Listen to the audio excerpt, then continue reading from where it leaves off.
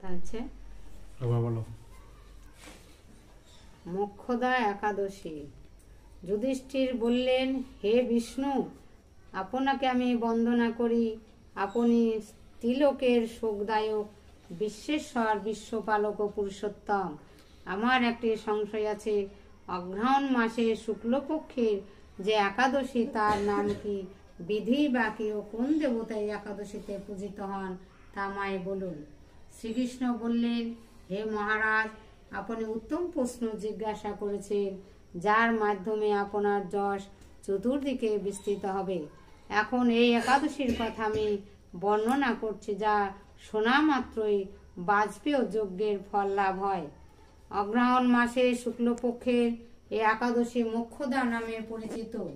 সর্বপাপ নাশিনী ও ব্রতর মধ্যে সর্বশ্রেষ্ঠা এই একাদশীর দেবতা শ্রী দামোদর। দামোদর হচ্ছে ভগবান শ্রীকৃষ্ণ। তুলসী মঞ্জরি, ধূপ, দীপ ইত্যাদি উপাচারে শাস্ত্রবিধি অনুসারে শ্রী দামোদরের পূজা করতে হয়।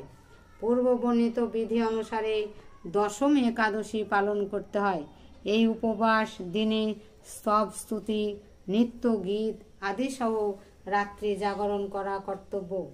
হে মহারাজ, প্রসঙ্গক্রমে একটি অলৌকিক কাহিনী আমি বলছি। মনোযোগ দিয়ে এই ইতিহাস শ্রবণ মাত্রই সর্বপাপ ক্ষয় হয়।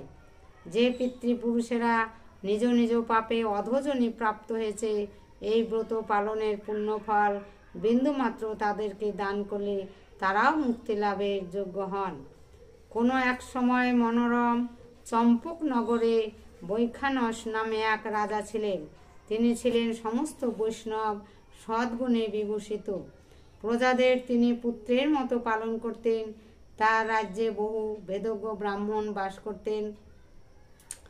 রাজ্যের সকলেই ছিল বেশ সমৃদ্ধশালী। একবার রাজা স্বপ্নে দেখলেন যে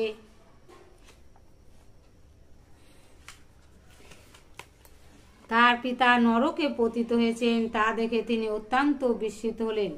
পরদিন ব্রাহ্মণদের ডেকে বলতে লাগলেন, হে ব্রাহ্মণগণ, গত রাত্রে স্বপ্নে নরক যাতনায় পিতাকে কষ্ট পেতে দেখে আমার হৃদয় বিদীর্ণ হচ্ছে। তিনি আমাকে লক্ষ্য করে বলতে লাগলেন, হে পুত্র, তুমি আমাকে নরক সমুদ্র থেকে উদ্ধার করো।